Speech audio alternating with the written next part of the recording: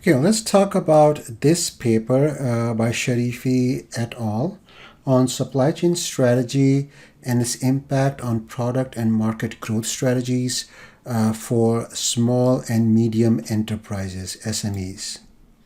SMEs are usually defined as companies with less than 500 employees. Sometimes they're defined as less than 1,000 employees. Some people may define them based on revenue. But in any case, they are not the large public companies you see. SMEs can be public, but especially the small ones, don't tend to be public. They're private firms. A lot of the GDP of economies comes from SMEs. A lot of employment is in SMEs. And so it's always important to study SMEs from a business perspective. And perhaps we don't do an extensive enough job because there's not a lot of research looks at SMEs. Now, this paper, if we consider it with respect to the other papers, we had this Singh et al. Paper, which used survey data to compare different strategies and see which ones companies are using, what are the results.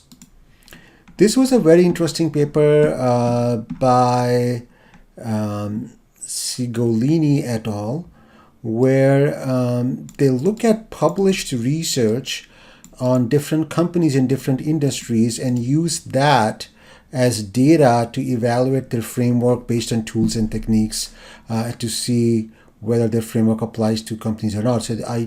So they don't collect, right? So when they develop the new conceptual framework, they don't really collect their own case studies, but they look at published case studies in those industries and kind of see if their new framework is applicable to those companies. So that's really interesting. And if you see, they'll have no data section, okay, and they will mention that the data displayed derives from case histories reported in the literature. And then again, case histories, Italian home appliance industry, they are all already done and published. And this can be a very good strategy if you do a review of case study papers, because what they did was they looked at 100 published papers, and when the case study published papers, and when a case study is published, they describe the company. They don't name the company, but they describe it, the size of the company, which industry it's in. So you can get a lot of detailed data. And so they use already published case studies as a data set to test their new framework on. And so it's qualitative analysis, obviously, but it's a very interesting approach. And then and in a way, it's I guess you could call it a unique way. It's not a literature review, but you are using published case studies as a data set to bring out something new from existing data. It would be like a meta-analysis here. This meta-analysis is a little bit different, but some meta-analysis, what they do is to look at correlations and effect sizes in published studies and analyze them as part of the meta-analysis to come up with a new statistical result. And so this is kind of like that with qualitative data. And this is more of a qualitative meta-analysis. This is very interesting as well. So survey data, qualitative data analysis of published studies, meta-analysis, so different methods being used in these papers. And this one rather unique. And then this one is case study. So they do 4 case studies, right? So you get to see a range of methods in the different studies, and they're all about supply chain strategy. So this gives you a good idea of where supply chain strategy research has been going. They're asking new questions. They're expanding old models. They're using innovative methods to do it as well. And you can see that they're using anything from large sample to case study research to do it.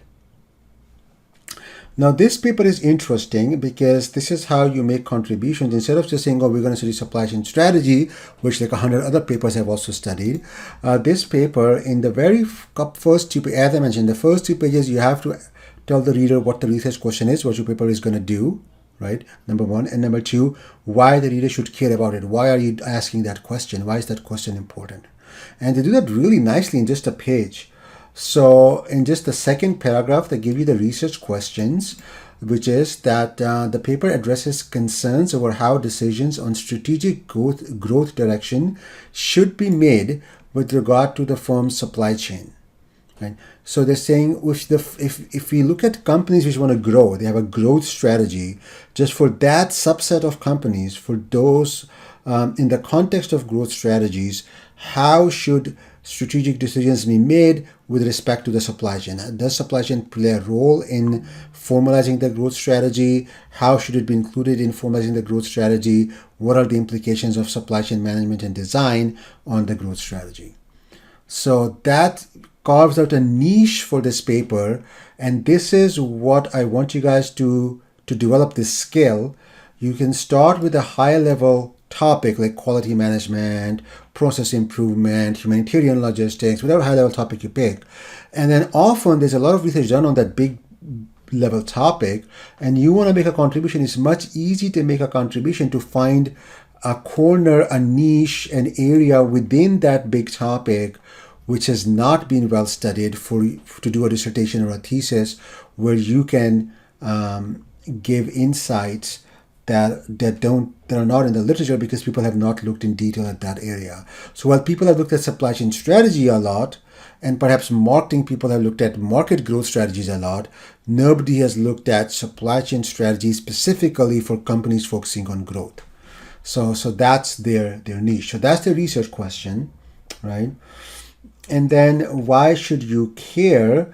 They talk about that right here at the end of the first page. Despite extensive advances in research and practice of supply chain management, the influence of growth strategy as a preemptive decision may receive from supply chain strategy and design has not received a prominent position in the research literature. A little bit odd sentence, but basically what they're saying is that in the context of growth strategy, how do you form your supply chain strategy and take supply chain design decisions? That has not been studied specifically in the context of growth strategy. And so that is why we should care, because it's kind of unknown. Okay. And so also for SMEs, they're studying it for small and medium enterprises. And that those are sometimes not as well studied as larger firms because there's not a lot of secondary data available on them. You have to go collect primary data. And this is kind of like their three sides of the picture they're trying to create.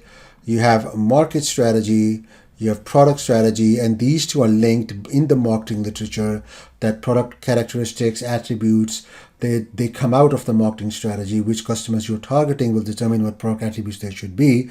But what these authors are saying is the third leg of the table is the supply chain strategy, because that affects and is affected by it. So these lines without arrows means like double-sided effect both ways. Supply chain will affect and will be affected by the market strategy and the product strategy. Okay. And then they give this matrix in the middle, which is one way to think about a growth strategy. So you could say, I'm going to grow through existing products. I'm going to grow the sales of existing products. How can you grow the sales of existing products? You look at this column. You can grow the sale of existing products by selling more to existing customers. So you take existing customers, they used to buy 1 unit per year or per month, and you make them buy 2 units per year or per month somehow. Okay. Or you take existing products and you find new customers in the same markets you operate in. So same geographical markets, same market segment. If you are marketing to young people in Europe, you still market to young people in Europe, but not all young people in Europe are buying your product. So you are able to sell your product to some new young people in the same geographic location, same target segment, same geographic location, but you find new customers, right? So this is penetrating the market in a deeper way, the same market. Okay, so you could sell more to existing customers, sell more to new customers in the same market, or go to a new market. Just goes to sell in a new country you didn't used to sell before, or a new market segment. The product you weren't selling it to older people, now you can sell it to older people, things like that. Then you can also grow by extending your product. So you take the same products, you add some features, version 2, new model, right? You launch a new model, and again, you can sell the new model to existing customers who had already bought the old model, or to new customers in the same market who were not your customers before, or to a completely new market. And then you could also just launch a completely new product, and then again, you could sell the new product to existing customers of the other products that you used to sell or still sell, or new customers in the same market. So you used to serve this market, but these people were not your customers, or you could sell the new product in new markets. So these are 9 combinations of ways in which you can grow your company. Okay, and you may focus on one or more of them. So which of these 9 paths you pick has implications, obviously, on which market you're targeting and what are the product features, because it's either the same product, or it's just an update, some minor tweaks or some minor new features, or it's a complete new product, right? And so obviously they affect market and product.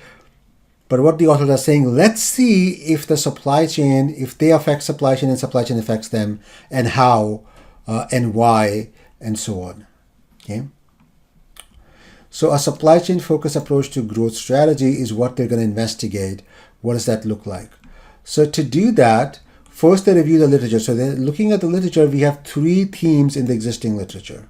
Okay. Why are they doing that? This is a really well done case study research paper. So you can look at it as a template. So first you want to identify what are the themes in the literature. These themes will influence the kind of questions you ask. With case studies, you always have to have your explorer hat on. You're going to explore.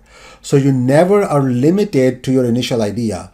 So these themes will give you the starting point to explore things in the companies you study, but they should not be the ending point. You should branch off from them and also be open to learning new stuff. Maybe there was something you never thought about and the manager said something, or you saw something in a company, and then you go down that path to investigate that.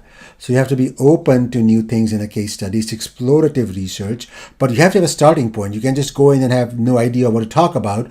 So the existing literature is the starting point of your journey, but not the ending point. Okay.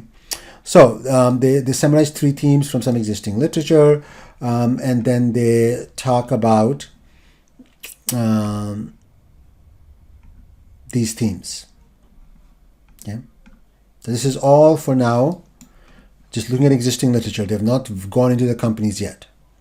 So they identify their research questions based on existing literature, and they come up with this figure, how the thing, what are the main decisions under each area, and then they're going to explore these arrows at the top, how are the areas linked and how they influence each other, right?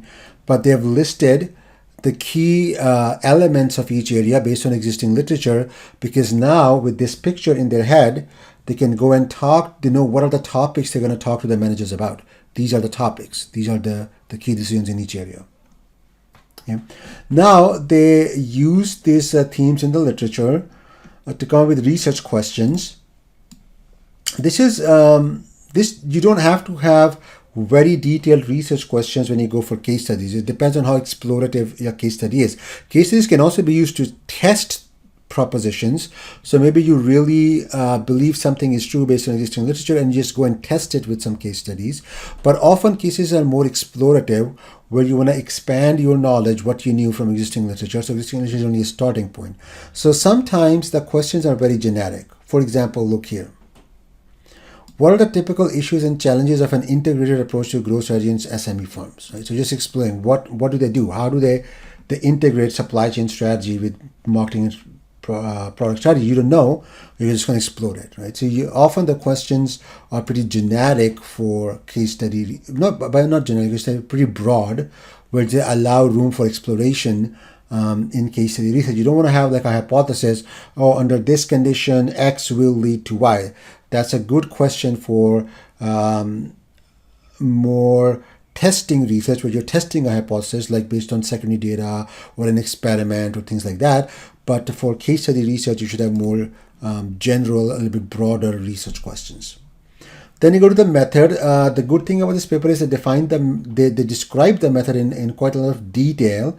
They talk about how they find the companies, why are those companies relevant, So this is really, if anybody's thinking of doing case study research, this is a good paper to read in detail. You will read all this section and the analysis section in detail.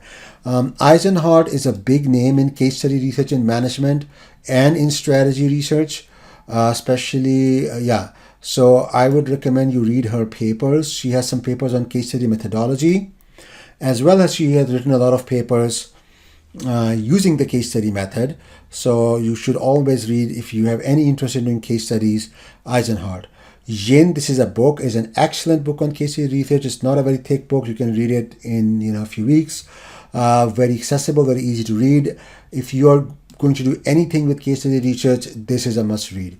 Eisenhardt, Yin, and Miles and Haberman. That's a textbook. I think you can find an edition. Don't get the 1984 edition. That's probably too old. They did do a new edition in the 1990s and perhaps another one in the early 2000s. So get whatever latest edition you can find of Miles, M-I-L-E-S, Miles and Haberman. You'll see them cited in a lot of case study research papers too. If you just go on Google Scholar and type Miles and Haberman, you'll find references to their book by a lot of papers referencing their book. That's a very good book on qualitative data analysis. So research design, for a case study paper, you get from Eisenhardt and Yin, and then how to execute it and how to collect and analyze qualitative data, you get from Miles and Haberman. These three resources together, I highly recommend you consider that, especially as DBAs. You already have access to at least one company where you might be working at, and through your contacts you may have access to other companies in the industry. And so case study research can be a very powerful way for you to do research and make good contributions, get them published in good places, do a good dissertation or thesis. So I highly recommend you explore the case study method. I believe it has a lower bar to entry, because if you want to go to a highly statistical type of method like an experiment or secondary data analysis, especially secondary data analysis, you need to spend maybe like at least a year, maybe probably 2 years just learning the statistics, unless you already have like a master's in statistics, because you really need to be at the master's in statistics level almost to do good proper research using those methods. I mean, you could, with a good advisor who kind of guides you to just the right method for your problem, you could do it with a shorter path. But to be a secondary data researcher, where you do a lot of papers in secondary data analysis, you have to have a good toolkit where you can handle different situations that crop up with the data, and that takes time to build. Whereas case study research, you could read Yin and you could read some chapters of Miles and Haberman and get started like after 2-3 months and just start doing your research. Because the technical skills required are less. It relies more on rich data than on the tools, whereas the other research relies a lot on understanding the right tools, using the right tools, and there's so many variations of the tools to handle all sorts of different conditions and so on and so forth. Okay, so hopefully this paper will inspire you to look at case study research as a good way to contribute to the literature. The selection of cases is a very important step, and Yin will talk about it, Eisenhardt will talk about it, Miles and Haberman will talk about it, how do you select which firms to study. This is a very key step in case study research. So they talk about what logic they use to select the cases. Then they describe the cases, what are the industries the companies are in, who do they talk to. This is really key. Look, they have observation data, so just go and observe what companies are doing.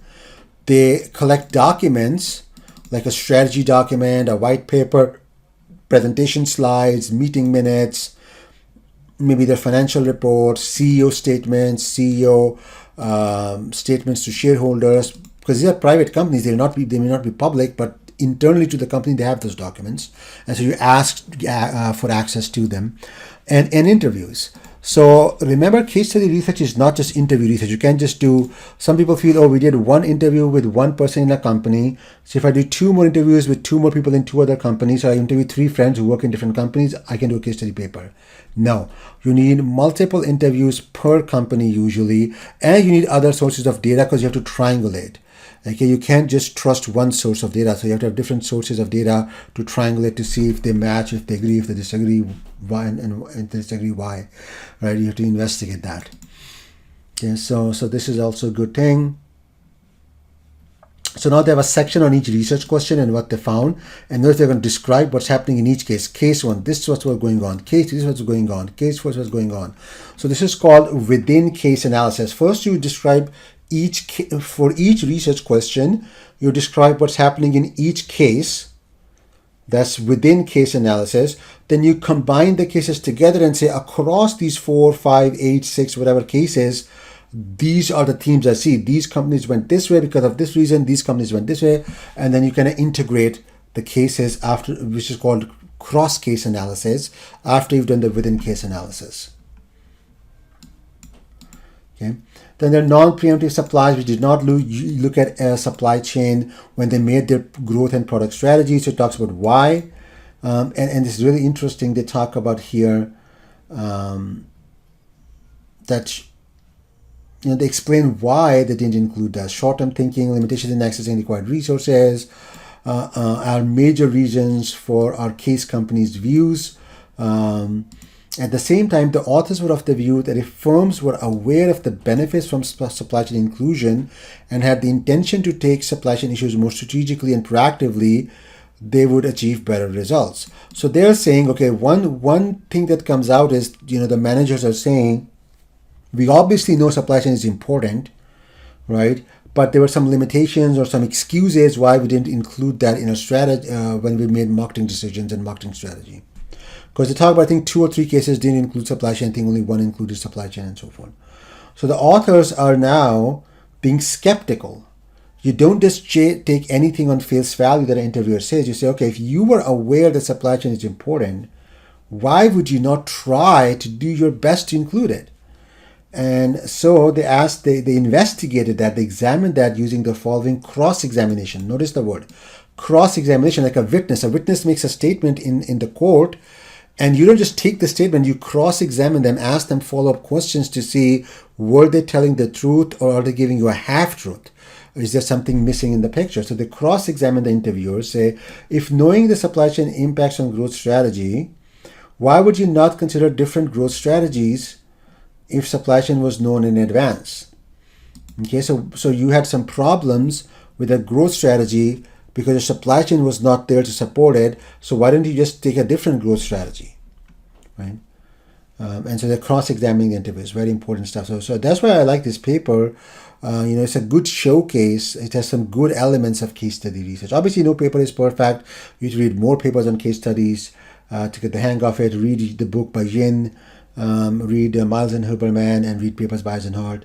Those are like some of the basics to upskill yourself in this area. Then they talk about the effects. So case companies 1, 2, and 3 showed little consideration of suppliers in their product and growth strategy. So what was the effect? So okay, they ignored the suppliers, they ignored some of the supply chain aspects. Then what happened? Right, that's interesting. And then the company which did include supply chain from the beginning in the growth strategy, what happened to that? So this is cross-case comparison. Okay, I have 2 groups of companies in my data set now. These companies considered supply chain in the growth strategy. These didn't. What did the story turn out? Which group did better and why? Was it the supply chain that led to a better performance, or did you just get lucky something else happened, right? So again, amazing detail they show you how they're thinking, how they're using the case study. So I highly recommend you read the paper in detail, and then they conclude with what are the conclusions, what did they find, what are the lessons learned, right? So firstly, it was shown that entry to new market or extending existing market as well as product innovations, including determining product design features, are often followed with no clear view of availability and suitability of supply chain design required. So SMEs are not doing a good job in incorporating supply chain aspects in their decision making related to products and markets. So that's one thing that they found. And they kind of expected that because some other literature had shown that might be the case.